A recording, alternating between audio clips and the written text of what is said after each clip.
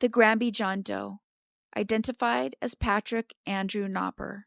This case begins in Granby, Connecticut in September of 1977. It was here that a man was discovered on the side of Enders Road in Granby. He had long black or brown hair, although they didn't believe it was his natural color, as he had blonde-colored roots. He had pulled his hair back into a ponytail and was wearing a mustache and goatee. He was likely around 5'7" or 170 centimeters tall, and he had a slim build. He was most likely between the ages of 18 and 30, and he had braided the hairs on his goatee. He had a vaccination scar on his upper left arm. It's likely just the smallpox scar that millions of us who grew up in that era have. I know my scar is pretty big. I'm not sure why it's mentioned, but it is. He also had 2 comma-like scars on his upper chest and a round scar over his right knee. Other than that, all they were left with was what he was wearing. He had on a white button-down shirt with what is described as motor vehicles, green buildings, people, and other structures on it. He was also wearing yellow corduroy jeans. Our John Doe's COD had been the result of blunt force. He had only been where he was found maybe a day or two. Over the years, they would keep trying to identify him, but there were never any good leads, much less who did this to him. In 2023, there would be a major collaboration between the Connecticut Office of the Chief Medical Examiner and Othram Labs to try to address the backlog of cases that the state needed resolved. Unfortunately, it's time-intensive and an expensive endeavor. They do know now that Patrick Nopper was just 22 when his life was taken in 1977. He was just starting out. He was born on January 26, 1955. His family has said they're grateful for finally having answers. His remains have been released to his family, and he's finally going home. Patrick Andrew Nopper went unidentified for 46 years, which is 24 years longer than he was able to live on this earth. Had he lived, he would be 68 years old today. The Filmore John Doe 2001, identified as Paul Jepson. We begin this case in December of 2001. Hikers were out exploring in the Los Padres National Forest near Filmore, California, in Ventura County.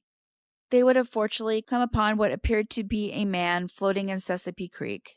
As soon as they could, they would lead the authorities back to what was determined to be a man with a red-brown mustache and a 6-inch or 15-centimeter long beard. He had long hair that looked to be dark with a red tint. He was tall, around 6'4" or 193 centimeters. He had various items of clothing, as well as black wire-rimmed glasses. He had no identification, and his manner of death was something that they couldn't determine. The post-mortem interval between when it happened and when he was found was probably just a few weeks. They did a recreation, which you can see here, but no leads came in. In 2023, the Ventura County Medical Examiner, as well as the Sheriff's Office, would begin to collaborate with Othram Labs. They used Genetic Genealogy, and in 2024, they would announce that Paul James Jepson once again had his name. Paul was 42 the year he was found. He was born in July of 1959, and he had not been in contact with his family since the 1980s, which had to feel like forever when they found out. But in Paul's time, it was 15 years that would pass. Unfortunately, because of this, it's not clear what was going on in Paul's life at the time. They really need someone to come forward. Cases like this are tough because they don't know if it was accidental or something someone else did. It doesn't state whether there was water in his lungs, and no COD has been released. Paul Jebson went unidentified for 22 years. Had he lived, he would be 64 years old today.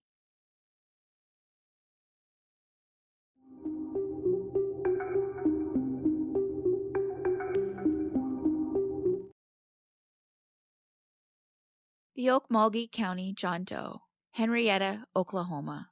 We begin this case on March 4th, 2013, in Henryetta, Oklahoma. It was here that a crew was bulldozing an overgrown area of town where a man was found inside of a tent underneath a comforter. The man was nearly skeletal and had likely passed a year prior, in 2012. There's something really sad about an elderly man passing alone in a field where nobody notices for a year. Hopefully someone who knew who he was will notice his recreation.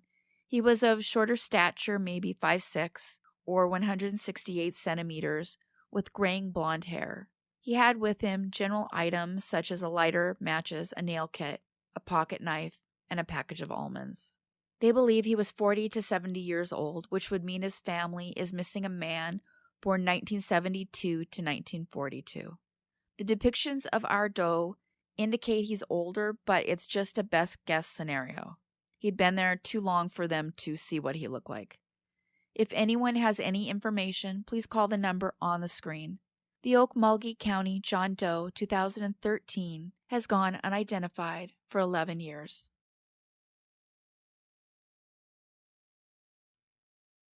The Pulaski County John Doe 2000, Little Rock, Arkansas. This case is one of those that I would have probably skipped as there's so little information, though I do know that a skull was found by duck hunters in a swamp. This always sounds harsh, but he was so lucky to be found at all. The next step is, of course, the important one in finding his name. I do know that our John Doe was found on January 23, 2000, in Little Rock, Arkansas. By that time, he was already skeletal. While it stated he passed in either 1999 or 2000, he was skeletal and he was found in the first month of the year, January, meaning we are most likely talking about a man who went missing around 1999.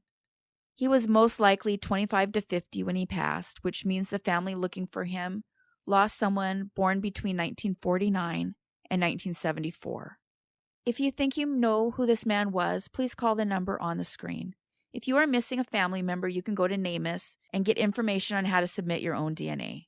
The Pulaski John Doe has gone unidentified for 24 years. Huge thanks for watching all the way to the end, and a big thanks to all of you who consistently like and comment on the videos. Whether you leave a full comment or an emoji, it makes a huge difference. So if you consistently watch my videos, maybe take a moment to subscribe. It's a huge push toward the videos being suggested to new people. The next goal is 20,000. Thanks everyone for watching. Take care of yourselves and each other.